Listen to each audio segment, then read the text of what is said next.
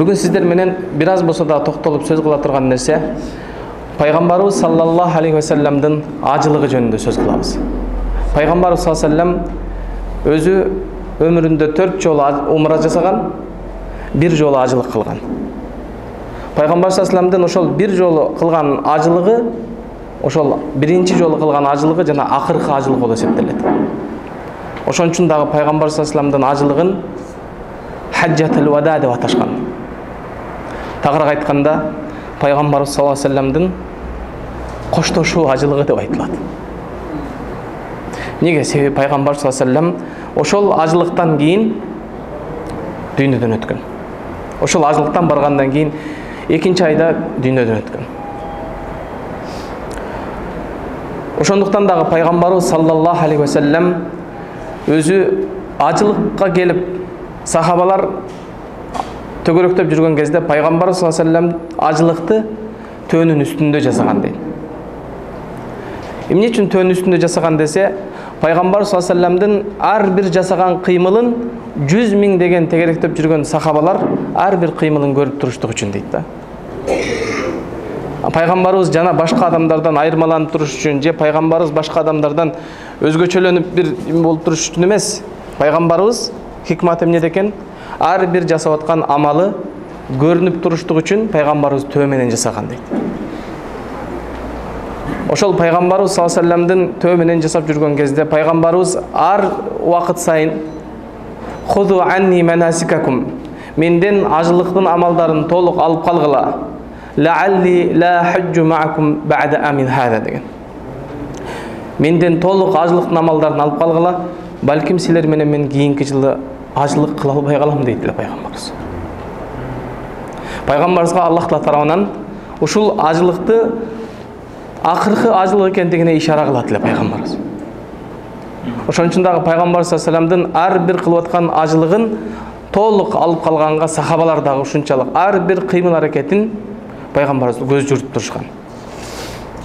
Ошон үчүн Пайгамбарыбыздын кылган ажылыгынын ар бир кыймылы, ар бир амалы, ар бир айткан сөзү сиз менен бизге азыркы күндө толугу менен жетип келген.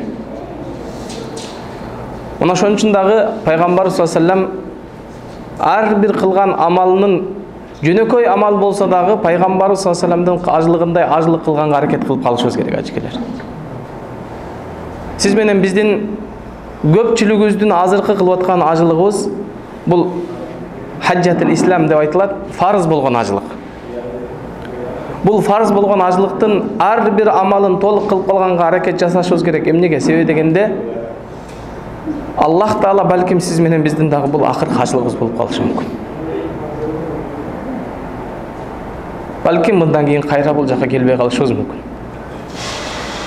Эгер Аллах Таала өмүр берип, Аллах Таала насип кылып кайра келген учурда дагы сиз менен биздин бул кылып аткан ажылыгыбыздан кийинки ажылык ал нафил болуп калат. Ал эч качан фарздын ордун баспайт ажыкелер. Мына ошондуктан сиз менен биз азыркы ушул учурубузду, азыркы алдыбызда кыла турган ажылыгыбызды ар бир амалын толук аткарганга аракет жасайлы. Азыр билбегенибизди сурайлы, үйрөнөйлү, окуйлу, изденели ажыкелер. Себеби дегенде жылда ушундай нерсени байкаганга болот. Биз ушул жерде ажыга көп аралашкан адам катары байкайбыз. Шайтан сиз менен бизге Аллахтан ант ичип, өзү менен кошо тозок алып кеткенге мөөнөт сурап алган шайтан сиз менен биздин мына ушундай улуу амал башталгандан баштап дагы азгырып баштайт. Кала берсе Арафатка чейин ээрчип барат. Арафатка барганда Пайгамбарыбыз айтты, бир өрөөндүн атын айтты. Ушул өрөөндүн жанына турбагыла, Арафат күнү шайтан ушул жерде коргул абалда турат деп айткан. Неге? Себеби дегенде Аллах Таала Арафат күнү сиз менен биздин ушунча узак жылдар бою, 60 жылдап, 70 жылдап, балким 80 жылдап кылган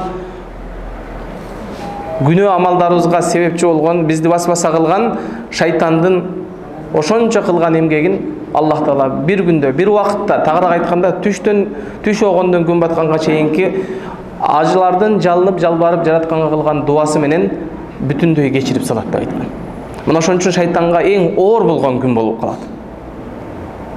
Ал эми шайтан сиз менен бизди ошон үчүн ушул кылып аткан амалдарыбызда дагы ар кандай нерселерди бузуп, аракет кылат. Ушул күнөөлөрүбүздүн кечирилбей калышына ар кандай аракеттерин жасайт. Мына ошондуктан сиз менен биз бул жерге келгенде ар дайым зикирден тилибизди кургатпашыбыз керек. Дайым зикирде болуп турушубуз керек. Мына ошон үчүн дагы ажылыктын Аллах Таала аяттагы, Куранда айтылган аяттардын көпчүлүгүндө Аллах Таала фазкуруллаха деп келет. Аллах Тааланы көбүрөөк эстегиле деп келет да. Аллах Тааланы эстөө жөнүндөгү аяттар келет. Мына ошол аяттардын биринде Аллах Таала Бакара сүрөсүндө ажылык жөнүндө айтылып аткан аятта эмне дейт? Ал-хаджу ашхурун ма'лумат деди. Ажылык бул белгилүү айлар деп баштады Аллах Таала.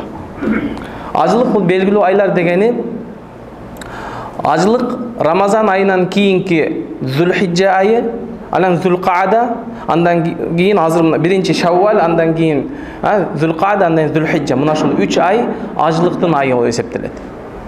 Ушул 3 айда кимде ким ажылыкка ниет кылып Меккеге келе турган болсо, ошол ажылыктын айларында ниет кылган адам болуп эсептелип калат. Демек, Рамазан айынан кийинки 3 ай ажылык айлар болуп эсептелет экен.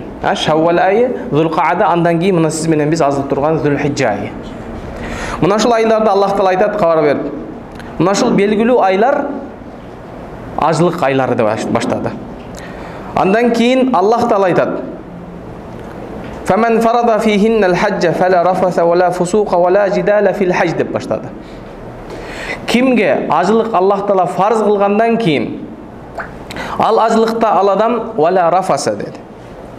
Тагыраак айтканда, ажылыктын шарттарын толук аткарса, өзүнүн ак никесиндеги аялы болсо дагы ага жакындык жасабаса дейт ихрамда турган абалда.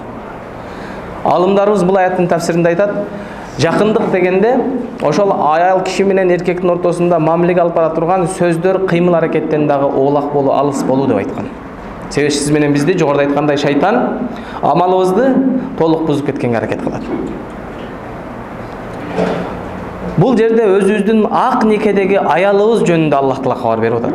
Ажекелер, ошон үчүн сиз менен биз бул жерге келгенде өзүбүздү дагы, көзүбүздү дагы, сөзүбүздү дагы арамдан алыс болууну Аллах Таала эскертип атат. Сиз менен биз азыркы жүргөн жерлер балким убакыт өткөн сайын жөнөкөй бир жерге айланып баратат. Балким арабызда мен үйдү сагынып кетип атам, үй бүлөмдү сагынып кетип атам дегендер дагы чыгып атат. Ажекелер, эгерде сиз менен биз ушул жерге келгенден баштап Аллахты зикир менен, истигфар менен ар бир убактыбызды бул жерге келгенде ибадат менен өткөзгөндө, балким ал нерселерге ойлонгонго орун калбай калыш керек болчу.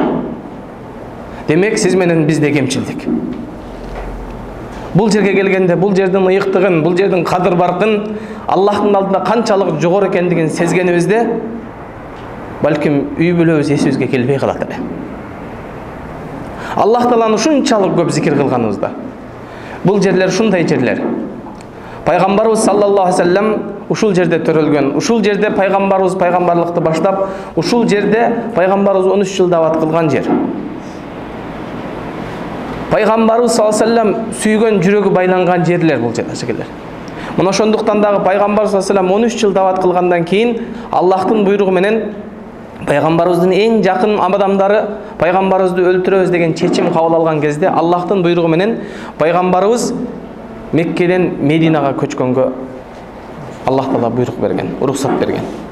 Мына ошол кезде пайгамбарыбыз ушул Мекке шаарынан чыгып баратып, Меккеге карап: "Я Макка" деген, "Эй Мекке, анта атьябул балади илаллах, Аллах Таалага эң сүйүктүү, жагымдуу шаар сенсиң" деди.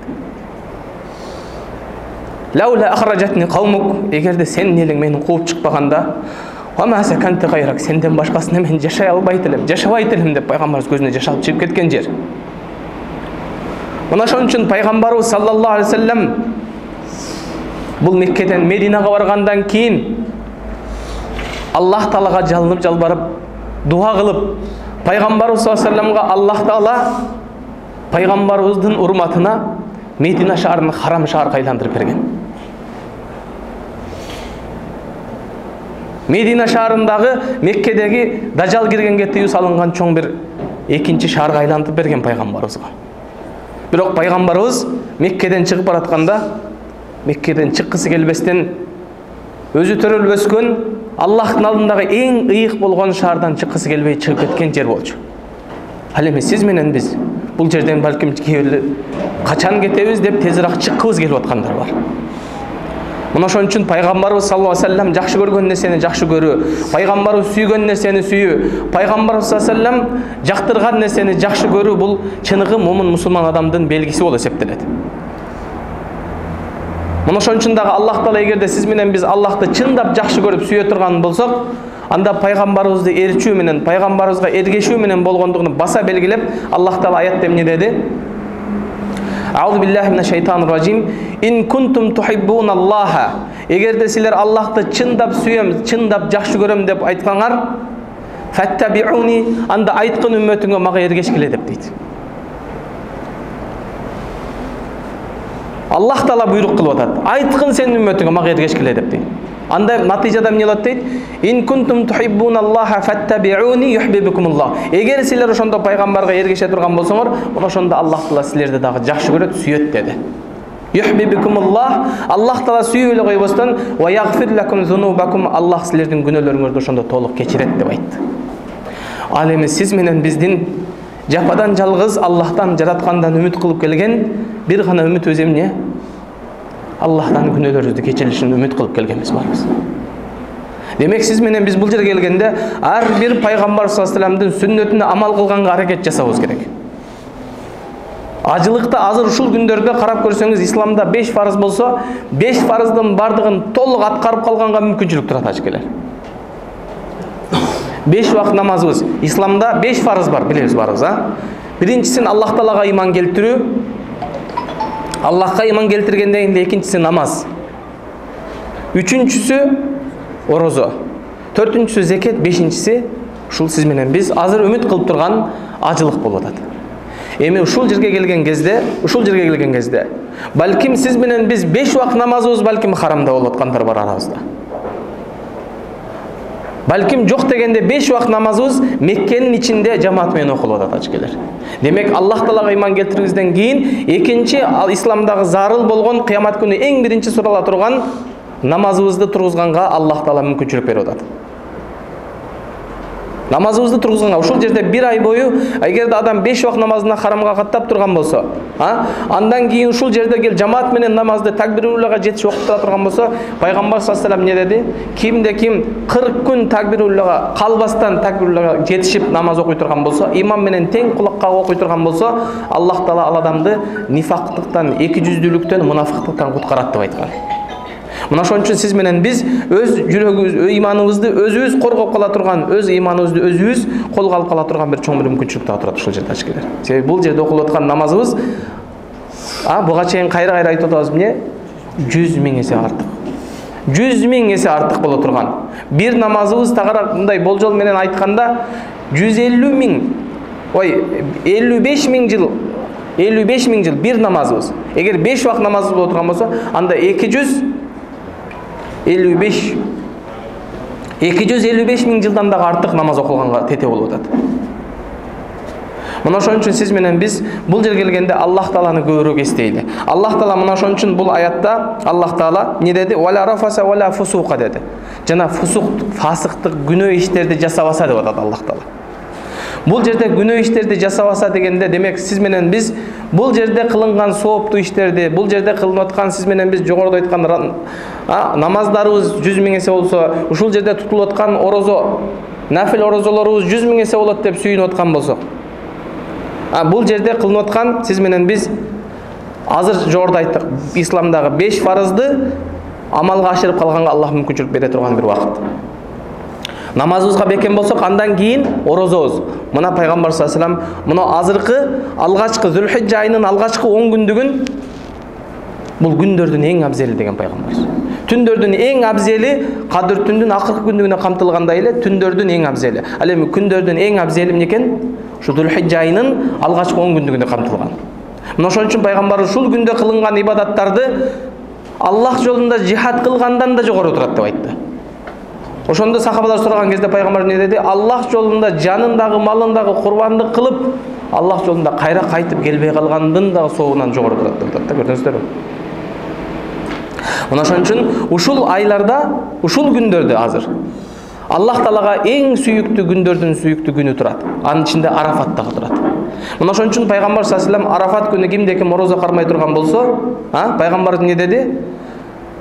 Ахтасибу алаллахи юкаффиру саналлати каблаха ва саналлати ба'даха деди.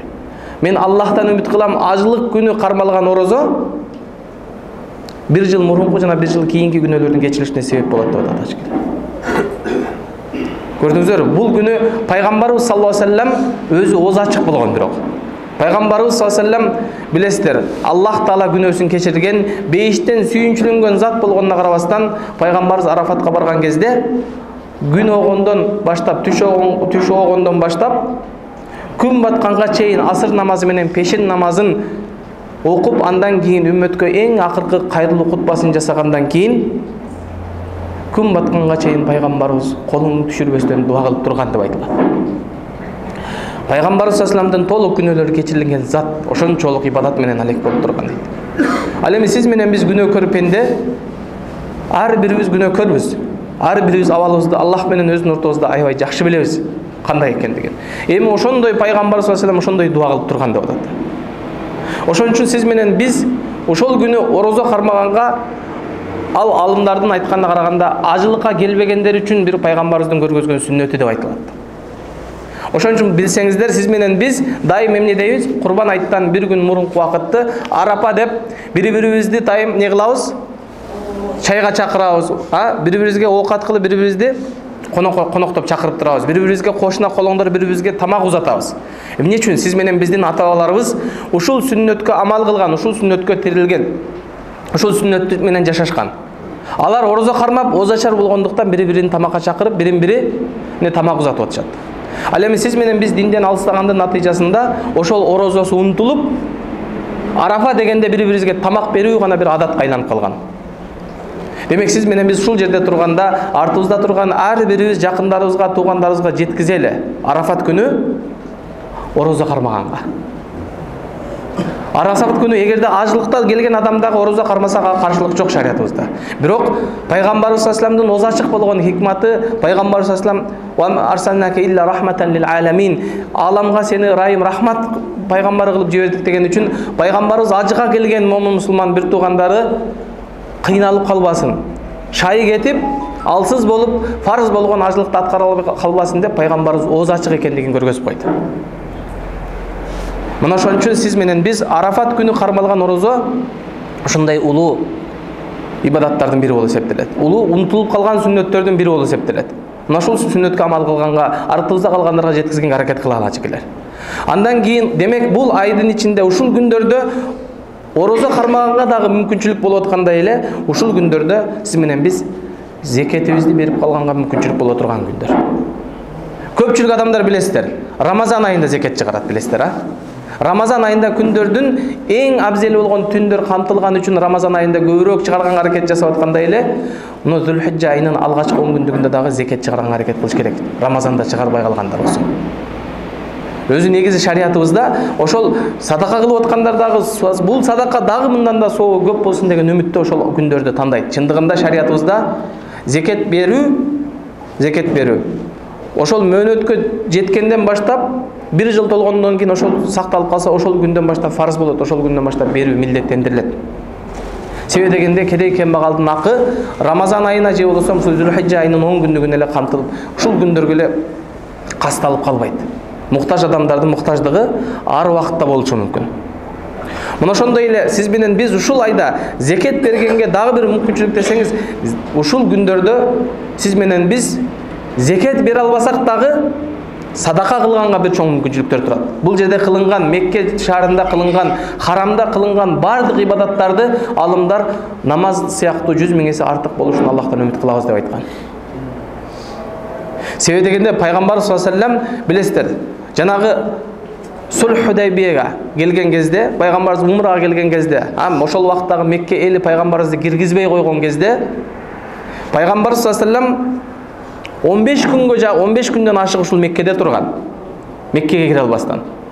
Мына ошол кезде пайгамбарыбыз саллаллаху алейхи ва саллям намаз убактылары болгон кезде харамдын чегине кирип намаз окуйт эле дейт.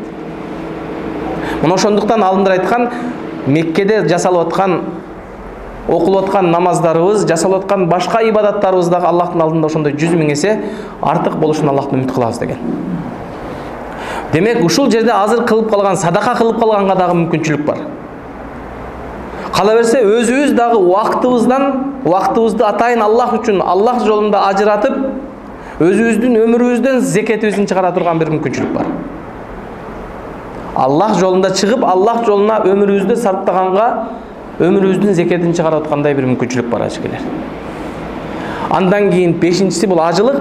Сиз менен биз бардыгыбыз ушул фарызды үмүт кылып келдик. Демек, исламдагы 5 фарызды тургузуп калганга мүмкүнчүлүк болот атат ажыкелер. Андан кийин Аллах Таала аятта вала фусука деп айтты. Бул жерде фусуктук, фасыктык, күнөөкөр, жаман күнөө иштерди жасабаса деп атат Аллах Таала. Аллах Таала арам кылган нерселерден тыйылса деп атат ажыкелер. Жана бул жерде кылынган күнөө башка жерге караганда оор экендигин эсибизден чыгарбашыбыз керек ажыкелер. Себеби жогоруда айттык, шайтан сиз менен бизди оңой эле ушундай улуу ибадаттарга, ушундай улуу соопко жеткизип койбойт. Ал дагы мүмкүн болушунча күч аракетинин бардыгын, балким бул жерге келгенде күчтүү шайтандар сиз менен бизди азгалганга аракет кылат. Мына ошон үчүн ар бириңиздер байкап көрсөңүздөр, балким өз элибизде, жерибизде жүргөндө оюбузга келбеген кээ бир нерселер келет туурабы? Зериккенибизден. Неге себеби дегенде сиз менен биз Аллахты көп эстебегендиктен, ал шайтан ошол мүмкүнчүлүктөн пайдаланып башка нерселер менен алек кылып атат сиз менен бизди. Мына ошон үчүн дагы Аллах Таала Куранда ушул нерсени эстетип атат. Бул жерде кылынган күнөө дагы башка жакка караганда оор болот деген. Ошон үчүн Умар разияллаху анху айтат: "Мен Меккеде бир жолу күнөө иш жасаганга караганда, мен Таифта 70 жолу күнөө жасап алганым жеңил болмок" деп айтат да. Жасап ал. Эгерде мен Меккеде бир жолу күнөө кылганга караганда, башка жерде жасалган 70 күнөө дагы мага жеңилирээк болмок деп атат Умар разияллаху анху. Демек, Мекке менен Мединанын Аллахтын алдында канчалык кадыр баркы, урматы бар экендигин сахабалар жон терisi менен сезип турган. Мына ошон үчүн Абдуллах ибн Аббас айтат: "Мен баламды тарбиялаш үчүн харамдын сыртын алып чыгат элем" дейт. Неге? Себеби мен харамда балким балама зулум кылып албайын деп коркот элем деген. Сиз менен биз мына ушундай жерлерде басып жүрөбүз ажыкелер азыр. Сиз менен биз мына ушундай жерлерде жүрөбүз азыр. Мына ошон үчүндүктан дагы бул жерде сахабалар ушунчалык ыйык, ушунчалык Аллахтын алдында жогору экендигин сезген үчүн Пайгамбарыбыз саллаллаху алейхи ва саллям бул дүйнөдөн өткөндөн кийин сахабалар Мекке Мединада жашаганга тура албай калышкан. Себеби Пайгамбарыбыз тирүү турган кезде сиз менен бизди Пайгамбарыбыз оңдоп турат эле, түздөп турат эле, эскертип турат эле, эстетип турат эле дейт. Эми Пайгамбарыбыз бул дүйнөдөн өткөндөн кийин ким бизди эстетип турат деген. Пайгамбарыбыз жүргөн жерлерди көрүп, Пайгамбарыбыз менен чогуу жүргөн жерлерин эстеп, сахабалар Мекке менен Мединага тура албай калган. Абу Бакр разияллаху анху бирок халифа болгондон кийин ал кишинин саясаты Пайгамбарыбыздын тарбиясын көргөн, Пайгамбарыбызды көрүп ыйман келтирген сахабалардын бирин дагы башка жака алыс кетүүгө тыюу салып, бардыгын жанына чогуу кармап туруп алган. Ошол кезде Билал разияллаху анху жанына келип: "Я Абу Бакр, эгер сен мени Аллах үчүн азат кылган болсоң, мага уруксат бер. Мен мындан артык бул жерге тура албай калдым" деп уруксат сурап Шамга чыгып кеткен. Себеби ал зат Пайгамбарыбыздын азанчысы эле. Пайгамбарыбыз саллаллаху алейхи ва саллям: "Арихна я Билал бис сала". Эй Билал, бизди намаз менен сүйүндүр деп азанын күтүп турган зат эле. Эми антип мага сүйүндүрө турган, мен Пайгамбарыбызды сүйүндүрүп азан айта турган эч ким ал зат жок деп алардан жашоосу ушунчалык бул жердин кадыр баркын сезген адамдарга ушунчалык оор болгон. Али разияллаху анху халифа болгондон кийин мусулмандардын борбору Мединадан Багдадка көчүрүп кетип калган. Эмне үчүн? Себеби халифа болгон кез, падыша болгон кезде башкага барып адам башка адамдарга зулум кылам, башка адамдарга балким бир туура эмес ката бир нерселерди жасап алам деп бул жердин урматынан, бул жердин кадыр баркын сезген үчүн алар бул жерлерден башка шаарларга көчүп чыгып кеткен. Сиз менен биз мына ушундай жерде басып жүрөбүз. Мына ошон үчүн дагы сиз менен биз бул жерге жүргөндө Вала фусуқа деп атат Аллах Таала. Бұл жердегі Аллах Таала әрбір арам қылған, тыйым салынған нәрседен алыс болғанды Аллах Таала ескертіп атат. Вала жидала деді. Урушып талашпаса деді. Ажекелер, бұл аятта бұл сөздің астындағы көптеген Аллахтың хикматтары, сырлары жатады. Себебі дегенде сіз менен біз ихрамда тұрған кезде не дедік? Кепинге орылған адам сияқтымыз. Ихрам бұл кепин деп айттық. Кепинге орылып тұрған адам біреуге зиян беріші мүмкін бе? Же кепинге орылып тұрған адамға біреу келіп зиян беріші мүмкін бе? Сіз менен біз ихрамға кіріп, ажылыққа ниет қылып кіргенден баштап, мына шундай авалда болушубуз керек, ачкелер. Ихрам дегенде сіз менен біз азыр мына таматту қылып, таматту қылыш үшін өз ихрам, уақытылы ихрамдан шығып тұрса дағы, сіз менен біздің ниетіміз ихрамдағы ойдан тұрабыз, ачкелер, азыр. Мына шондықтан сіз менен біз ушул айларда, ушул күндерде әрбір айтылып отқан сөзүбүздү дагы абайлап сүйлөшүбүз керек. Ошон үчүн зикир менен истигфар менен өткөзгүлө деп Аллах Таала бул аятта эскертип атат. Аллах Таала айтат: "Ва ма тафалу мин хайрин я'ламхуллах." Кандай гана жакшылык иштерди кылбагыла, Аллах анын бардыгын Аллах билип турат. Аллах бардыгын көрүп угуп турат dedi.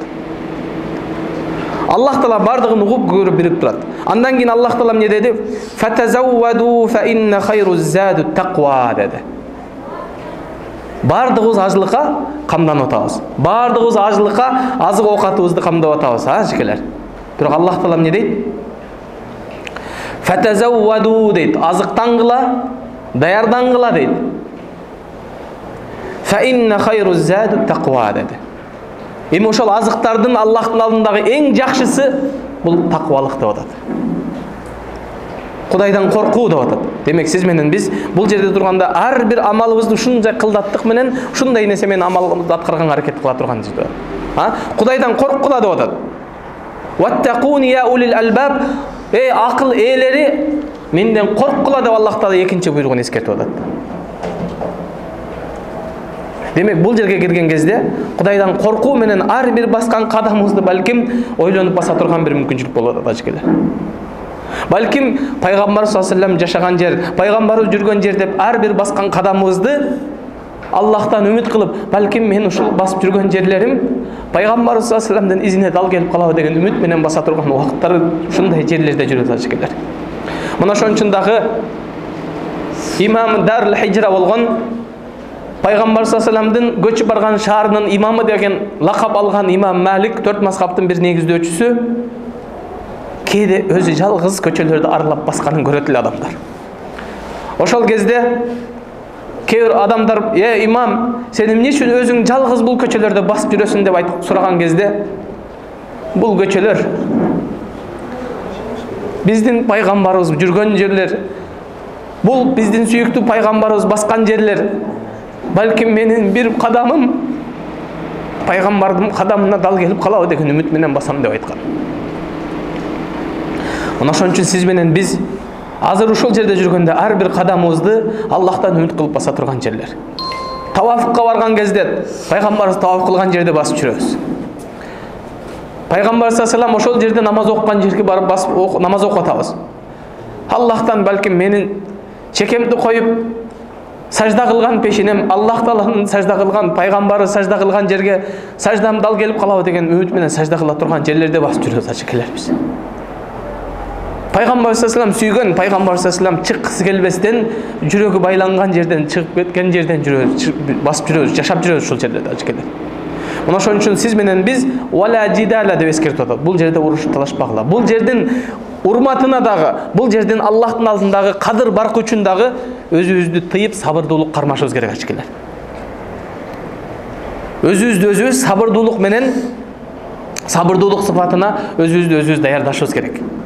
Ихрам деген өзү сөздүн мааниси сиз менен бизди тыйып салынган абалда сабырдуулукка тарбиялап атат. Сабырдуулукту талап кылып атат сиз менен бизди жараткан. Демек сиз менен биз ихрам деген кезде ошол ажылыкка ниет кылгандан баштап ихрам деп эсептелет. Ихрамда турган кезде демек сиз менен биз мүмкүн болушунча бардык ажылыкка бүтүрүп кыла турган, ажылыгыбыздын ажырын азайтып кое турган бардык амалдардан алыс болушубуз керек ажекелер. Бул жерде кылынган урушуп талашууга жана жогоруда айткандай эле эмне кепинде оролуп турган абалдай өзүбүздү сезишибиз керек. Аллахтан ушундай абалда үмүт кылып келдик. Аллахым, эгер сен азыр жанымды алсаң, мен сага даярмын деген абалда келдик барыбыз. Мына ошон үчүн дагы Аллах Таала эмне деди? Кудайдан корккула деп Аллах Таала эстетип атат бул аятта. Аллах Таала андан кийин ушул аяттардын өзүндө эскерткенден кийин эле фазкуруллаха инда маш'арил харам деди Аллах Таала. Аллах Тааланын атайын маш'ар, атайын ибадатка машаир, ибадатка тандалган, ибадатка белги кылынган Аллах Тааланын тыюу салынган шаарында Аллахты көбүрөөк эстегиле деп эскертип атат ажекелер бизди. Аллах Тааланы көбүрөөк эстеп, көбүрөөк Аллах Тааланы зикир кылалы деп сиз менен бизди эскертип атат ажекелер. Көрдүңүздөр, ошон үчүн Аллах Таала фаиза афазтум мин арафатин фазкуруллаха инда маш'арил харам деди. Караңыздар ажекелер.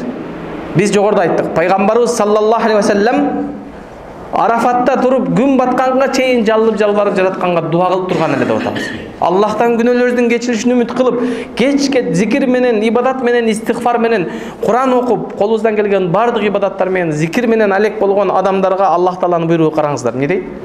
Фаиза афазтум мин арафат дейт. Эми Арафаттан жөнөп Муздалифага бет алган кезиңерде деп атат Аллах Таала. Муздалифага келген кезде, тагыраак айтканда Арафат, сиз менен биз азыркы бара турган Арафат. Харамдын чегинен, харамдын сыртында турат Арафат. Харамдын сыртында турат. Ошон үчүн алымдарыбыз айткан, Арафат күн батканга чейин ар бир ажы Аллахка жалынып жалбарып дуа кылган кезде тоба эшигин каккылап турган адам сыяктуу дейт. Күн батканга чейин тоба эшигин каккылап, күн батканда Аллах Таала Муздалифа өрөөнүнө, тагыраак айтканда харамдын чегине кирип атканы, Аллах өз рахмат эшигин ачып, тобаларын кабыл кылып, өз конокторун өз үйүнө кайра кабыл алып аткан сыяктуу дейт. Ошон үчүн Аллах Таала дейт: "Фазкуруллаха", эми Аллахты инда маш'арил харам, харамдын чегине кирген кезде көбүрөөк эстегиле деп атат. Муздалифа мина бул Аллах Таала атайын ибадатка тандалган машаирлерден. Аллах Таала Куранда инна сафа вал марвата мин шаириллах деди. Сафа марва дагы Аллахтын ибадатка тандалган жерлеринен деп баса белгилеп эскертип атат ажекелер. Ошон үчүн пайгамбар саллаллаху алейхи вассалам Сафа марвада кылынып аткан ибадаттын жөн эле бир фазилетинде кимди Сафа марва кылган кезиңде 70 кулду азат кылгандын соогун аласың деп атат. Ошондуктан Аллах Таала ушул ажылык жөнүндө айткан аяттарды, жогоруда айтылган аяттардан кийин Аллах Таала Хадж сүрөсүндө "Ва мен ю'аззим хурматиллах" деп атат. Кимде ким Аллах Таала харам кылган, чегин чектелген нерседен тазим кылып улуктаса, мына ушул жерлердин кадыр баркы Кудайдын алдында канчалык жогору экендигин сезсе, "Фа хува хайрун лаху инда раббихи" деп атат. Аллахтын алдында ал адам үчүн жакшыраак деди. Аллахтын алдында бериле турган ажыр сообу бул дүйнөгөдөгүсүгө караганда баарынан жакшыраак деп атат. Ошон үчүн сиз менен биз бул жерге келген кезде, Аллах Тааланын харамда турган кезде бул жердин кадыр баркын кордоп койбойлу ажекелер. Бул жердин Аллахтын алдында канчалык жогору экендигин сезип туралы. Аллах Таала ушул жердин урматына, Аллахтын алдында ушунчалык кадыр барктуу болгон үчүн дажалды киргенге тыюу салып койгон шаар бул жер. Жөнөкөй кийим менен киргенге тыюу салып койгон шаар. Ыймансыздар кирүүгө мүмкүн эмес деп тыюу салып койгон шаар.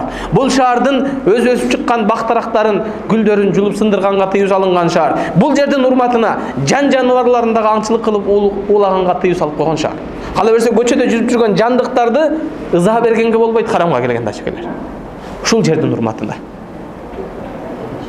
Мына ошон үчүн сиз менен биз бул жерде кандай жерге келгенибизди, эмне үчүн келгенибизди эч качан эсибизден чыгарбайлы ажекелер. Эң негизгиси сиз менен бизди ким чакыргандыгын эсибизден чыгарбайлы. Аллах сиз менен бизди өзү тандап, өзү каалап, өзү сыйлуу конок кылып алып келип отурат. Андан кийин Аллах Таала бул аятта Маш'ар дегенде ошол Муздалифа өрөөнү харамдын ичине кирген үчүн, харамдын чегинин ичинде тургандыктан Аллахтын ошол чегине киргенде көбүрөөк эстегиле деп Аллах Таала эскертип атат сиз менен бизге. Андан кийин караңыздар. Вазкуруху кама хадакум ин кунтум мин qablihi lamina dallin деди. Эми Аллах Таала сиз менен бизге эскертип атат. Аллахты дагы көбүрөөк эстегиле. Кайра Аллах Таалага истигфар айткыла, тооба кылгыла, Аллахты көп-көп зикир кылгыла дейт. Аллах Таала силерди ушул туура жолго хидаятка баштап койгондугундай дейт. Буга чейин адаштыкта, залалатта күнөөкөр пенде болуп турсаңар дагы деп атат. Көрдүңүздөр, сиз менен биздин абалыбызды Аллах Таала эскертип атат. Андан кийинки аятта Аллах Таала эмне дейт? Сумма афиду min haythu afada an-nas wastaghfirullah innallaha ghafurur rahim dedi. Эми Аллах Таала караңыздар, ошол Арафаттан Муздалифага келгенден баштап, Муздалифада турган кезде дагы Аллах Тааланы кайра көбүрөөк эстегиле деп. Дагы Аллах Тааланы зикир кылууга, Аллах Тааланы эсибизден, жатыбыздан чыгарбастан дайым жүрөгүбүз, тилибиз зикирге байланганга Аллах Таала сиз менен бизди эскертип атат. Мына ошондуктан сиз менен биз бул ажылыгыбыздагы эң көп аткарыла турган нерсе бул Аллах Тааланы эстөө. Аллах Тааланы зикир кылуу. Аллах Тааланы эстөө дегенде ар бир басканыбызда, турганыбызда, жатканыбызда пайгамбар саллаллаху алейхи вассаламдын сүннөттөрүн тирилтип, Аллах Таалага сүйүүсүнө татыктуу болуш үчүн не деди? Аллах Таала пайгамбар саллаллаху алейхи вассаламды ээрчибиз, пайгамбарыбызды эргешебиз. Ар бир жасап аткан кыймылыбызды пайгамбар саллаллаху алейхи вассалам жашоосу менен жашаганга, өзүбүздү амал кылганга аракет кылабыз. Тамак жеп аткан кезибизде оң колубуз менен жеп, бисмиллахны айтып жеп, жатканыбызда оң жамбашыбыз менен жатып, дарат менен жатып, пайгамбарыбыздын ар бир сүннөтүн амал кылганга аракет кылып баштайбыз, ачкелер. Кийимибизди кийгенде оң жагыбыздан кийебиз. Мешитке баратканда оң бутубуз менен киребиз. Мешиттен чыгып баратканда сол бутубуз менен чыгабыз. Мешитке үйдөн азыр жатаканадан чыгып баратканда оң бутубуз менен чыгып барабыз. Мешиттен азыр үйдөн чыгып бараткандагы зикирлер, мешитке киргендеги зикирлерибиз, мешиттен чыккандагы зикирлерибиз, ар биз намаздан кийинки зикирлерибиздин бардыгын толук аткарып калганга мүмкүнчүлүк ажакелер азыр ушул. Мына шундай амал менен жүрө турган болсок, ушинтип ар бир пайгамбарыбыздын сүннөтүнүн артынан түшүп, изин издей турган болсок, сиз менен биз жогорудагыдай бул жерде зериккенге, бул жерде үйүбүздү эстегенге убакыт калбай калат ажекелер. Убакыт калбай калат. Бирок инсанбыз, ар бирибиз ошол нерсени эстейбиз. Ошол жакты ансыз сиз менен биз балким толук унута албайбыз ал жакты. Бирок Аллах Таала ал нерсени түшүнүп билип турат. Аллах Таала аны билип турат. Ошондуктан Аллах Таала эмне деди? Инналлаха гафурур рахим. Аллах Таала күнөөлөрдү кечирүүчү жана рахимдуу зат деди. Аллах Таалага эстеп калсак, кайрадан Аллах Таалага зикир кылганга кайталы. Андан кийинки аятта Аллах Таала ушундай деп баштайт. Караңыздар. فإذا أفضتم مناسككم فاذكروا الله كذكر آبائكم أو أشد ذكرا dedi. Эми Аллах Таала ушундай фарыз амалдарды кылып, ушундай бүтүп амалдарды бүттүк деп турган учурда дагы Аллахты ушунчалык көп зикир кылгыла. Кәзикри абайкум, ата-энеңерди эстегенден да жогору Аллах Тааланы эстегиле деп. Ата-энеңерди эстеп тургандай Аллахты эстегиле деп биз менен бизге эскертип атат ажекелер. Көрдүңүзбү? Сиз менен биздин ата-энебиз, үй бүлөбүз, эсибизден, жүрөгүбүздөн чыгып кетпештигин Аллах сезип, көрүп, билип турат. Мына ошон үчүн эмне деп атат? Ошол ата-энеңерди эстеп аткандай Аллахка жүрөгүңөрдү байлагыла деп атат. Ау ашадда зикра, балким ата-энеңерге караганда, бала чакабызга караганда көбүрөөк эстегиле Аллахты деп атат ажекелер. Аллах сиз менен биздин Раббыбыз, Аллах Таала жүрөгүбүздүн түпкүрүндөгү нерселерди билип туручу зат. Биздин Раббыбыз эч нерседен кайдыгер болуп калбай турган зат. Бардык убакытта Аллах Таала сиз менен бизди билип тура турган Раббыбыз бар биздин. Мына ошон үчүн дагы Аллах Таала ошол аяттарды айткандан кийин Wa minhum man yaqulu rabbana atina fid dunya hasana. Keçiresler bu ayatın jogorku ayatında Wa minan nasi man yaqulu rabbana atina fid dunya wa ma lahu fil akhirati min khalaq dedi. Ajekeler bul жерде дагы бир эскертип өтө турган нерсе, ушул жерге келгенде, ушул жерге келип жалаң гана дүйнөнү максат кылып калбайлы ажекелер. Жалаң гана дүйнөнү эңсеп, дүйнөнү сурап, дүйнөгө азгырылып калбайлы ажекелер. Мына ошон үчүн Аллах Таала эмнени эскертип атат? Wa minan nasi адамдардан ушундай адамдар бар дейт. Rabbana atina fid dunya, ушул дүйнөдө гана бер деп сурайт дейт. Ушул дүйнөдө гана бер деп сурайт дейт. Wa ma lahum fil akhirati min khalaq, алар үчүн акыретте эч кандай ажыр сооп жок деп атат ажекелер. Көрдүңүздөр, ошон үчүн сиз менен биздин бул кылып аткан ажылыгыбызды адамдар көрсүн үчүн, адамдар ушун үчүн бул дүйнө үчүн байланып калбайды ажекелер. Кайра-кайра эмне экен? ниетибизди жаңылап туралы, ыхласыбызды түздөп тууралап туралы ажекелер. Аллах Тааладан көп зикир кылып, кайра-кайрадан ниетибизди жаңылап, кайра-кайра Аллах Таалага зикир менен ушул күндөрдө айрыкча таспих менен, такбир менен, тахлил менен убактыбызды өткөзгөнгө аракет кылып туралы ажекелер. Неге? Себеби дегенде шайтан сиз менен бизге оңой эле багынып бербейт. Аллахтан мөөнөт сурап алган өзү менен кошо тозок алып кеткенге. Аллах Таала мунул аятты сиз менен бизге жөн айтып аткан жок ажекелер. Ва минан наси, адамдардан ушундай адамдар бар. Раббана атина фид дунья. Ушул дүйнөдө гана бер деп сурайт деп атат. Ушул дүйнөнү гана сурай тургандар. Андан кийин Аллах Таала аяттын уланысында ва минхум ман якулу раббана атина фид дунья хасана ва фил ахирати хасана ва кина азабан нар деди. Ал эми алардан да ушундай адамдар бар. Аллахым бизге бул дүйнөдөгү жакшылыктарды, ахиреттеги жакшылыктарыңды Аллах мата кыл деп Кудайдан сурап аткандар бар деди. Бул дүйнөнүн дагы, ахиреттин дагы жакшылыгын сурагандар бар деди. Жакшылык дегенде эле ажекелер сиз менен биз дайым сиз менен биз көрүп аткан жакшы нерсени жакшылык деп ойлошубуз керек. Сиз менен биз көрүп аткан, сиз менен биз эңсеп аткан, сиз менен биз каалап аткан нерсе эле жакшылык деп ойлошубуз керек. Аллах Таала эмнени жакшы көрсө, жакшы десе, ошол нерсени тура десе, ошол нерсе тура экендигин эсибизден чыгарбашыбыз керек ажекелер. Мына ошон үчүн Аллах Таала Куранда башка аятта аса ан такраху шай'ан ва хува хайрун лаху де. Хайрун лакум деди. Силер жаман көрүп, жек көрүп аткан нерсе, ал силер үчүн жакшыраак деди. Ва аса ан тухиббуна шай'ан ва хува кархун лакум. Силер жакшы көрүп, сүйүп, жакшы көрүп аткан, жактырып аткан нерсе жараткандын алдында балким ал жаман болушу мүмкүн деди. Валлаху я'ламу антум ла та'ламун. Аллах өзү билүүчү зат, силер билбейсиңер деп эскертип атат ажекелер. Ошон үчүн сиз менен биз сураганда Раббана атина фид дунья хасана ва фил ахирати хасана, Аллахым бул дүйнөдөгү ахиретте дагы жакшылыгыңды бергин деп сурап атабыз. Аллахтын алдында кайсы нерсе жакшылык болсо ошону жакшылык деп билейли ажекелер. Ошон үчүн сиз менен биз бул дүйнөдө сиз менен биз жакшы көргөн нерседен айрылсак дагы Аллах каалады дегенди эч качан эсибизден чыгарбайлы. Мен каалап атам, сиз каалап атабыз, бирок Аллахтын каалаганы жакшыраак деген эрежени эч качан эсибизден чыгарбайлы ажекелер. Эгерде жакыныбыздан айрылган болсок дагы Аллах ошону каалады, Аллах өзү алды деп. Мен каалагандан Аллахтын каалаганы жакшыраак деген чоң бир эрежени жашообузга киргизип алалы ажекелер. Мына ошондуктан Аллахтын алдындагы Раббана атина фид дунья хасана, бул дүйнөдө дагы, ахиретте дагы Аллахтын алдындагы жакшыраакты, Аллахтын алдындагы жакшы нерсени сураганды унутпайлы ажекелер. Жана ошол Аллахтын берип аткан жакшылыгында дагы шүгүр кылууну эч качан унутпашыбыз керек. Ошон үчүн Аллах Таала аяттын аягында эмне деди? Вакина азабан нар. Аллахым бизди тозок отунан куткара көр деп үйрөтүп атат. Караңыз. Бул дуаны Пайгамбар саллаллаху алейхи вассалам, бул Курандагы аят. Бул аятты Пайгамбар саллаллаху алейхи вассалам Кабанын алдында туруп, дуалар кабыл боло турган жерде, Йемен бурчу менен Кара таштын аралыгында дуалар кабыл болот деген жердин биринде, ошол жерде Пайгамбар 3 жолу үнүн чыгарып сиз менен бизге үйрөтүп атат. Пайгамбарыбыз хажга келген кезде ошол Кабанын алдында дуалар кабыл боло турган жерде туруп ушул дуаны үйрөтүп атат сиз менен бизге. Демек сиз менен биз Кудай Тааланын алдындагы жакшы нерсени эч качан жакшылык экендигин унутпайлы ажекелер. Сиз менен биз жакшы көрүп аткан нерсе эмес, балким Кудайдын алдындагы жакшы көрүп аткан нерсе жакшылык экендигин унутпайлы ажекелер.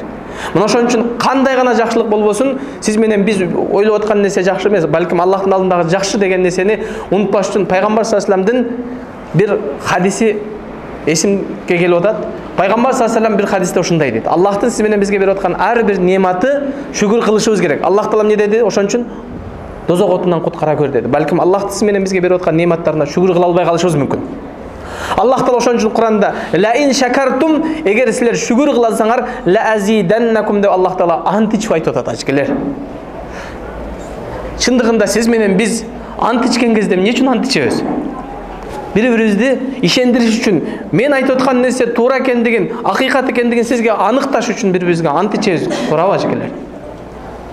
Бирок Аллах Таала эмне мажбур кылды ант ичкенге?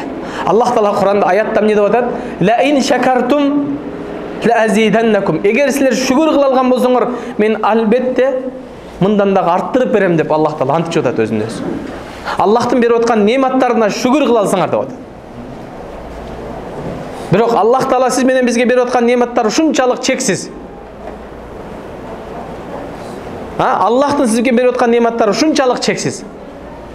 Ошол нематтардын ичинде нематтын үстүндөгү немат сиз менен бизди Аллах Таала өзү тандаган, өзү каалаган адамдар катарына алып келип, Аллах Таала өзү сүйгөн жеринде, Аллах өзү өзгөчө болгон убакыттарда ошол жерге алып келип койгон нематтар турат ажыкелер.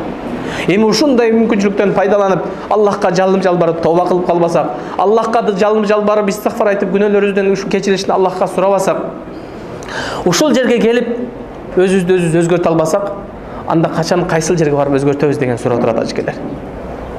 Ушул жерге келгенде Аллахка тооба кылганы келдик. Аллах Таала Куранда я юхаллазина аману тубу илаллахи таубатан насуха. Аллахка чыныгы тооба кылган абалда тооба кылгыла деген Аллахтын буйругун үмүт кылган абалда келдик ажыкелер барыбыз. Эми ушул жерге келип тооба кылып, ушул жерден баргандан кийин өзгөрүп, ушул жерде бардык жаман нерселерибизди, жаман адаттарыбызды, жаман сөгүнгөн сөздөрүбүздү, жаман адаттарыбыздын бардыгын жакшылыкка алмаштырып кете турган жерге келдик ажыкелер. Ошон үчүн Аллах Тааладан не дейт? Раббана атина фид дунья хасана. Аллахым мага бул дүйнөдөгү дагы, ахиреттагы бүт бардык жакшылыктарыңды бергин, жамандыктарымды жакшылыкка алмаштырып бергин деген маани жатат ажыкелер. Эми ушул жерге келип, ушул жерден дагы өзгөрбөй кайтсак бул оор ажыкелер. Качан кайсыл жерге барып кантип өзгөрөбүз анда? Балким сиз менен бизди кабыр гана өзгөртүшү мүмкүн анда.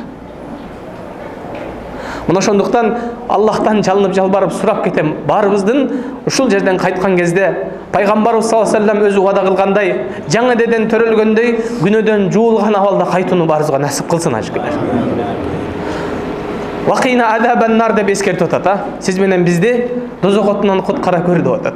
Балким ушундай улуу убада кылынган улуу ибадаттарга, улуу соопторго татыктуу амал кыла албай калышыбызда коркунучу бар ошон үчүн. Аллах Таала ушул нерсеге эскертип атат сиз менен бизди. Бул нематтар ушунчалык немат көп ажыкелер. Аллахтын сиз менен бизге берип аткан нематтары чексиз. Эми ушул нематты балким колдон чыгарып койбойлу ажыкелер. Сиз менен бизге окшоп канчалаган Аллахтан үмүт кылып ушул жерге келсем деген, бирок сиз менен бизге окшогон канчалаган бир туугандарыбыз балким азыр жердин астында жатат.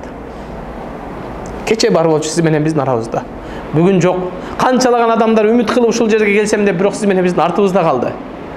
Демек Аллах сиз менен бизге немат берди. Немат берди. Ошон үчүн Аллах өзү чакырган адамдардын катарында кошуп ушул жерге алып келип койду. Андан кийин Аллах Таала эмне деди? Улайка лахум насибум мимма касабу валлаху сариул хисаб деди. Аллах Таала мына ушундай адамдарга алардын кылып аткан ар бир амалынын Аллах Тааланын алдында ажыр сооптору бар деп атат. Ошон үчүн сиз менен биз ушул жерде турганда ар бир кылып аткан амалыбызды, ар бир кылып аткан ибадатыбызды текке кеткизип жокко чыгарып албайлы ажыкелер. Мына ошондуктан дагы сиз менен биздин бул жердеги ар бир кылып аткан амалыбызды, ар бир кылып аткан ибадатыбызды халыс Аллах үчүн кылганга аракет кылалы.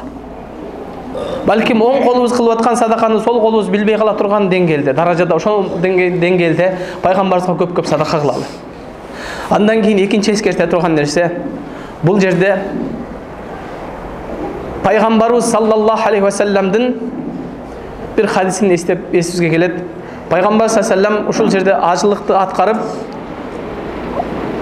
ажылыктан баргандан кийин дүйнөдөн өткөн дедик. Ошол пайгамбарыбыздын эң акыркы ажылыктан баргандан кийин өмүрүнүн акыркы бир күндөрү калган кезде пайгамбарыбыз улам ооруп кайра өзүнө келип, улам ооруп калып кайра өзүнө келип кыйналып турган бир учурларда пайгамбарыбыз адатынча пайгамбарыбыз саллаллаху алейхи вассаламдын өзүнүн азыркы сиздер барып зиярат кылган мечиттин алдындагы Жаннатул Баки'ти көрдүңүздөр. Пайгамбарыбыздын сахабалары, пайгамбарыбызды жакшы көргөн жакындары каза болгон, көмүлгөн жерге барып зиярат кылат эле пайгамбарыбыз адатта. Пайгамбарыбыз ошол өзү жакындары зиярат кылынган, көмүлгөн жерлерге барып зиярат кылып, андан ары барып Ухудтагы шахидтердин, сахабаларды зиярат кылып, пайгамбар саллаллаху алейхи вассалам келатканда адаттан башкача бир көзүнө жаш алып ыйлаган дейт. Эмне үчүн ыйлаган билесиздерби ажыкелер?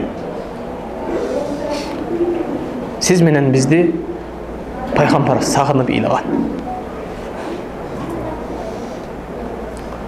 Ошол кезде сахабалар: "Я Расулуллах, эмне сизди мынчалык ыйлатып атат?" деди. Балким ажал жакын деп калган коркунучпу деп сахабалар ойлоду. пайгамбар саллаллаху алейхи вассаламдын көзүнө жаш алып ыйлап атканын көргөн сахабалар, адаттан башкача көзүнө жаш алып ыйлаганын көргөн сахабалар пайгамбарыбызды сораткусу келди. Я Расулаллах, биз сиздин бир туугандарың эмеспизби деди.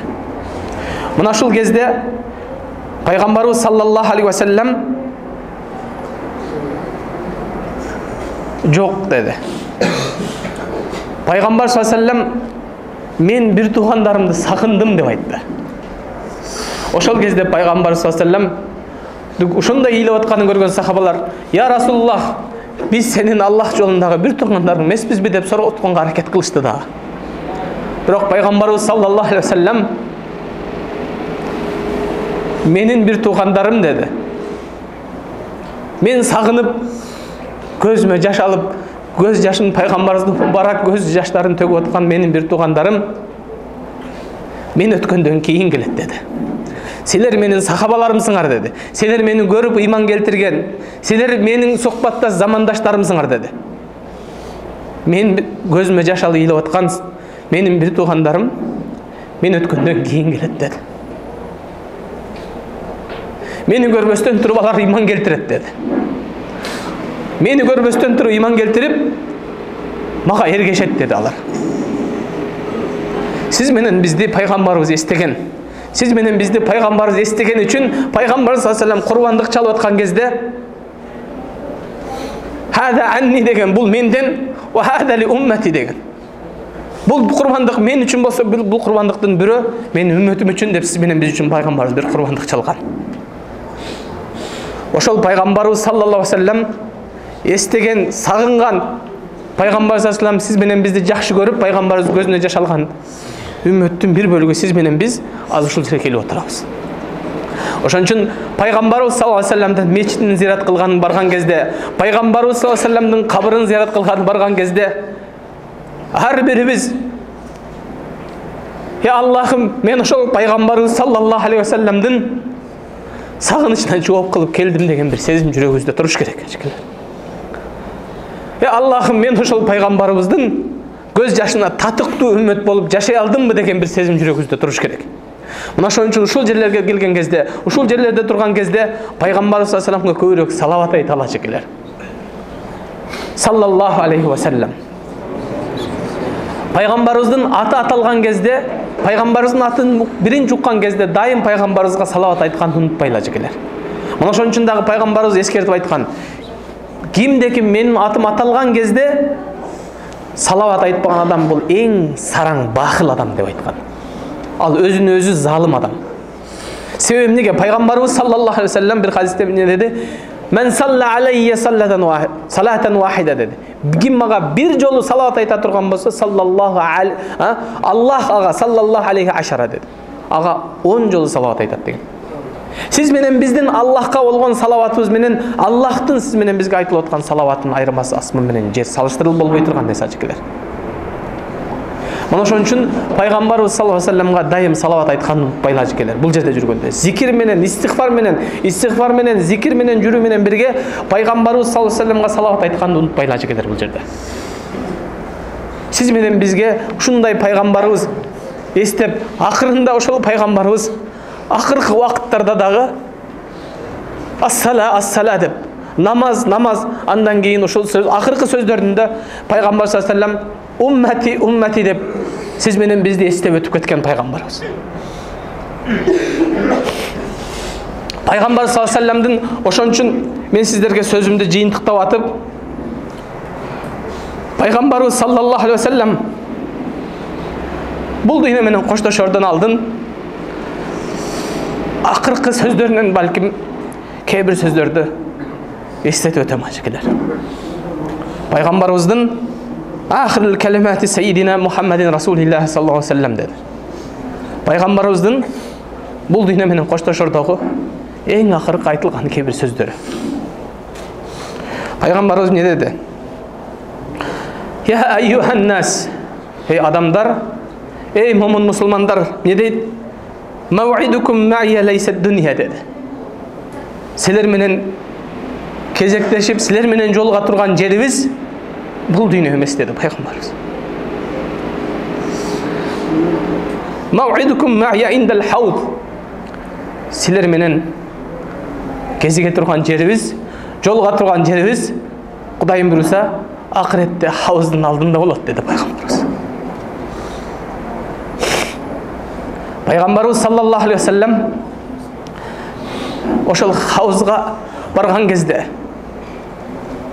Пайгамбарыбыз саллаллаху алейхи ва салламдын өз мубарак колдору менен бере турган Кавсар суусунан барыбызга насип кылсын ашекелер барыбыз.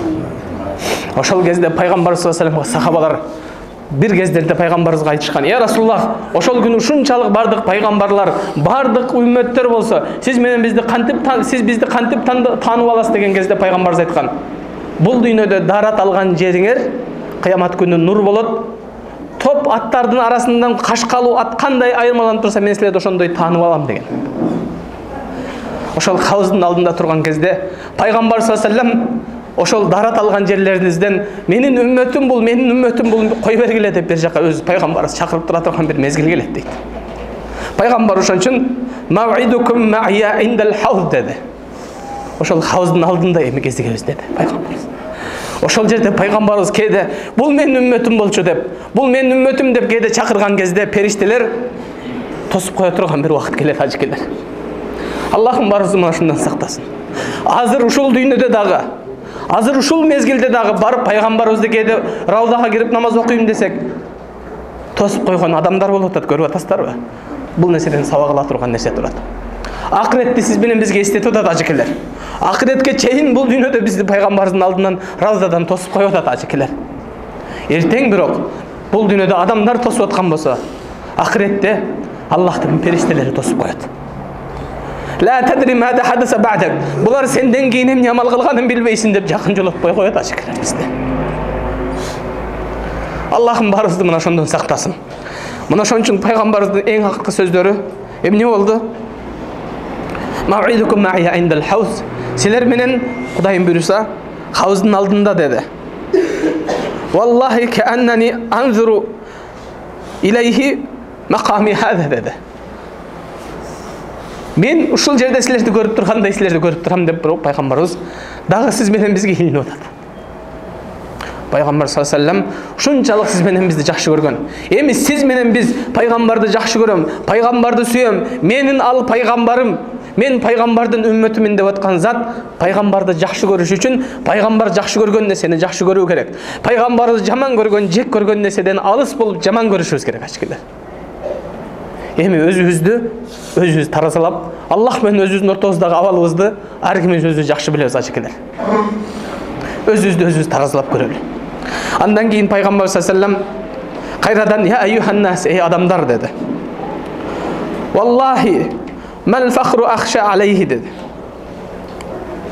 Пайгамбар саллаллаху алейхи ва саллям айтат: "Аллахка ант ичип айтам, мен жакырлыктан, факырлыктан коркпойм силер үчүн" деди. Пайгамбар эмне дейт? "Валакин ахша алейкум ад-дунья ан татанафасуха кама татанафасу аллазина мин qablikum фатухликум кама ахлакаткум" деди. Мен силерден жакырлык, факырлык үчүн коркпойм силерден үстүңөрдөн деди. Силер үчүн эртең дүйнө эшиктери ачылып кетип, дүйнөдө жарышып, талашып, акыретте Аллахты унутуп коюңардан корком деп атат. Көрдүңүздөрбү? Мына ошон үчүн жана жогоруда Аллах таала айткандай: "Ва минан наси ман якул раббана атина фид дунья хасана." Бул дүйнөдө гана бер деп, бул дүйнөнүн гана жыргалчылыгын, бул дүйнөнүн гана жакшылыгын эстеп, эңсеп, ошол нерсе гана биздин негизги максатыбыз болуп калыштыгын Аллах пайгамбарыбызга эскертип атат ажыкелер. Көрдүңүздөрбү? Мен сиздерден жакыр болуп, факыр болуп жашап калганыңыздардан коркпойм дейт. Бирок эртең дүйнө эшиктери ачылып кетип, бириңиздер дүйнө менен жарышып, дүйнө гана силердин бул дүйнөдөгү эң негизги камыңар болуп калыштыктан корком деди пайгамбарыбыз. Кудус силерден алдыңкы коомду, силерден алдыңкы үммөттөрдү Аллахтын карына, Аллахтын азабына калгандай, силер да ошондой азапка, Аллахтын карына калып каласыңар деп корком деди пайгамбарыбыз. Бул пайгамбар саллаллаху алейхи ва саллямдын бул дүйнө менен коштошордогу акыркы сиз менен бизге айтып аткан керездери, акыркы сиз менен бизге айтып аткан насааттары ажекелер. Андан кийин пайгамбар саллаллаху алейхи ва саллям: "Я айюханнас", ey адамдар деди пайгамбарыбыз. "Ас-сала, ас-сала" деди. Эң негизги намаз деди. Ошон үчүн пайгамбар саллаллаху алейхи вассалам кыямат күнү эң биринчи сурала турган нерсе намаз деди. Эгер намаз жеңил болсо, Аллах таала калган суроо жоопторун Аллах жеңил кылып коет деп айтты. Эгер намаз оор боло турган болсо, анда калган бардыгы оор болот дейт адачкелер. Караңыздар, эмне үчүн намаз деп пайгамбар саллаллаху алейхи вассалам баса белгилеп атат? Себеби башка кылып аткан амалдарыбыз, орозобуз бир жылда бир жолу келет экен. Демек, орозо барыз бир жылда бир жолу келген учурда дагы арабызда кары картаңдар болсо, оорукчандар болсо, же кош бойлуу аялдар болсо, же колунда баласы эмизген наристеси бар апалар, энелерибиз боло турган болсо, аларга Аллахтын жеңилдиги, орозонун фарыздыгы алардан түшүп турат. Андан кийин зекетке келе турган болсок, зекет дагы фарыз, исламдагы 5 фарыздын бирөөсү, бирок качан ошол мөөнөтү жетсе, акчанын нисабы жеткен кезде бир жыл айланган шарты менен ошондо гана зекет фарыз болот экен ажыкелер. Ага чейин туура 5 фарыздын бирөөсү, бирок сиз менен бизге ошол убакытка чейин милдеттендирүү жеңилдетилип турат ажыкелер. Ал эми андан кийинки ажылык болсо, ажылыкты дагы Аллах таала өзү фарз кылган аятта эмне дейт? Валиллахи алан-наси хиджул байта ман истатаа илейхи сабила деди. Аллах таала адамдарга фарз кылган ажылыкта ман истатаа илейхи сабила деди. Ажылыкка келетканда адамдын өзү ажылыкты аткарууга милдеттендире турган 2 шарт. Биринчиси акыл эси со, денеси сак болсо, биринчи шарт. Экинчиси бул жака келип кеткенге чейинки каражаты, келип кеткенге чейин анын үй бүлөсү, курсагы ток болгон, эч кимге муктаж болгон абалда, карыздарынан бардыгынан кутулган абалда болсо, ман истатаа илейхи сабила деди. Ким келип кеткенге кадыр болсо деп Аллах таала шарт коюп атат. Ага кадыр эмес адамдар, мусулмандардан, демек ажылыктын фарыздыгы жеңилдетилип турат. Демек, исламдагы 5 фарыздын Аллах таалага ыйман келтиргенден кийин эле орозону дагы, зекеттин дагы, ажылыктын дагы жеңилдетилген шарттары турат. Бир гана намаздын жеңилдетилген шарты жок мусулман үчүн. Бир гана абалда болушу мүмкүн. Аял кишилер болсо, алардын хайыз келген, нифас келген учурда аял зат болгон үчүн Аллахтын аларга берген уруксаты болуп атат. Эркектер намаз кыла турган нерсе. Намаз эркек мусулман адамдан эч качан жеңилдетилбейт. Аллах таала мына ошон үчүн пайгамбар саллаллаху алейхи вассалам эң биринчи кыямат күнү сурала турган нерсе намаз деп баса белгилеп атат. Эгер намаз жеңил боло турган болсо, калганын Аллах таала суроо жообун жеңил кылып коет деп баса белгилеп атат ажыкелер. Мына ошон үчүн намаз бир адам балким акылыбыздан азып, айнып калганда гана балким намаз окубай калып жеңилдетилиши мүмкүн эркек адамда. Же балким ажал келип жаныбыз чыгып кеткенде балким эркектин окулбай калышы мүмкүн. Ошон үчүн намаз, ажекелер, намазыбызды тургузалы. Аллах таала ошон үчүн Куранда ва акимус сала, намазды тургузгула деди. Намаз акырындык менен демек турат. Алсыз болот башында. Намазды акырындык менен тургузабыз демек. Бул жака келгенибизде балким арабызда эми намазды үйрөнүп аткандарыбыз бар. Ушул жерден келип намазды баштап аткандарыбыз бар. Аллахка жалынып, жалбарып, көп-көп дуа кылалы. Аллахым бизди намаз окуучулардан кылсын деп. Аллахым намазды тургузуучулардан кылсын деп. Ибрахим пайгамбарыбыз Кабаны, ушул жерде Кабаны куруп бүткөндөн кийин Аллах таалага кылган дуалардын биринде Аллахумма жаални муқимас салати ва мин зуррияти деп айтты Аллах. Аллахым мени намазды тургузуучулардан кылгын, менин урпактарыман намазды тургузуучулардан, намаз окуучулардан чыгаргын деп айтты. Көрдүңүздөрбү? Демек сиз менен биз бул жерге келгенде өзүбүзгө эле хидаят тилеп, өзүбүзгө эле Аллах тааладан жалынып жалбарып дуа кылуу менен бирге артыбызда турган бала чакабызга, сиз менен биздин артыбыздан кийин келе турган урпактарыбызга да дуа кылганды унутпайлы ажыкелер. Андан кийин пайгамбар саллаллаху алейхи вассалам ас-сала, ас-сала деди. Намаз бул намаз зарыл деп пайгамбар саллаллаху алейхи вассалам эскертип атат. Валлаху фис-сала деп намазды ушунчалык баса белгиледи. Намазды эмне үчүн баса белгиледи десеңиз, эгерде намазды тургуза алсак ажекелер, намазды тургуза алсак калган суроо жообу жеңил болот дегенин дагы бир ишарасы, эгерде намазга бекем болсок, Аллах таала сиз менен бизге ден соолугубузду Аллах таала бекем кылат. Аллах таала ден соолугубузга береке берет. Мына ошон үчүн ден соолугубузга береке берген үчүн сиз менен биз орозо кармаганга Аллах мүмкүнчүлүк берет. Ошон үчүн кыяматта суроосу жообу жеңил болот ажекелер. Бул жерде Аллахтын Кабадагы үйү эмес, жер бетиндеги башка үйгө 5 убак намазга каттап, Аллахтын үйүнө зыярат кылып турганыбыз үчүн намазды тургузуп, Аллах таала өзү фарз кылган ажылыкты аткарып, Аллахтын Кабасын өз көзү менен көрүп, Байтуллахка келип кеткенге Аллах мүмкүнчүлүк берет экен. Мына ошон үчүн Аллах таала кыямат күнү калган суроо жообу жеңил болот деп атат. Демек, сиз менен биз намазга бекем болушубуз керек. Намазга бекем болсок, демек Аллах Таала өмүрүбүзгө дагы, мал мүлкүбүзгө дагы Аллах Таала береке берет. Ошон үчүн ажылык дегеле ажылыктан тышкары ибадаттарды ала турган болсок, ибадат же дене менен кылына турган ибадат, же мал мүлк менен, садака менен, зекет менен кылына турган ибадат болсо, бул ажылыктын өзгөчөлүгү ажекелер эскерте турган нерсе. Дене менен мал бириктирилген ибадат ажекелер. Намазды дене менен аткарабыз, орозону дене менен аткарабыз. Зекетти болсо, мал мүлк менен зекетин чыгарып аткара турган ибадат болсо, ажылыктын өзгөчөлүгү эмне экен? Ажылык менен умранын өзгөчөлүгү эки ибадат бириктирилген ибадат ажекелер. Ошон үчүн жогоруда айткандай, дене акыл эси, денеси сак болуш керек. Денеси. Экинчиси бул жака келип кеткенге каражаты толук болуш керек деп атат. Ошон үчүн пайгамбарыбыз саллаллаху алейхи вассалам умранын бир фазилетинде эмне деди? Кимде ким умраны аткарып кете турган болсо, Аллах Таала ал адамдын биринчи Аллахтын бере турган фазилети ал адамды күнөөлөрүн кечирет деди ажекелер. Дозок отунан тосот деди. Күнөөлөрү кечирилип дозок отунан тосот деди. Экинчи Аллахтын бере турган жакшылыгы жакырлыктан тосот деди ажекелер. Жакырлыктан тосот дегени демек, адам сиз менен биз жаныбызды, малыбызды Аллах үчүн курбандык чалып ушул жака келип аткан үчүн Аллах мал мүлкүбүзгө дагы, денебизге дагы Аллах береке берип коет деп атат. Ошон үчүн Аллах Тааладан көп-көп жалынып жалбарып сурай турган нерсе турат ажекелер.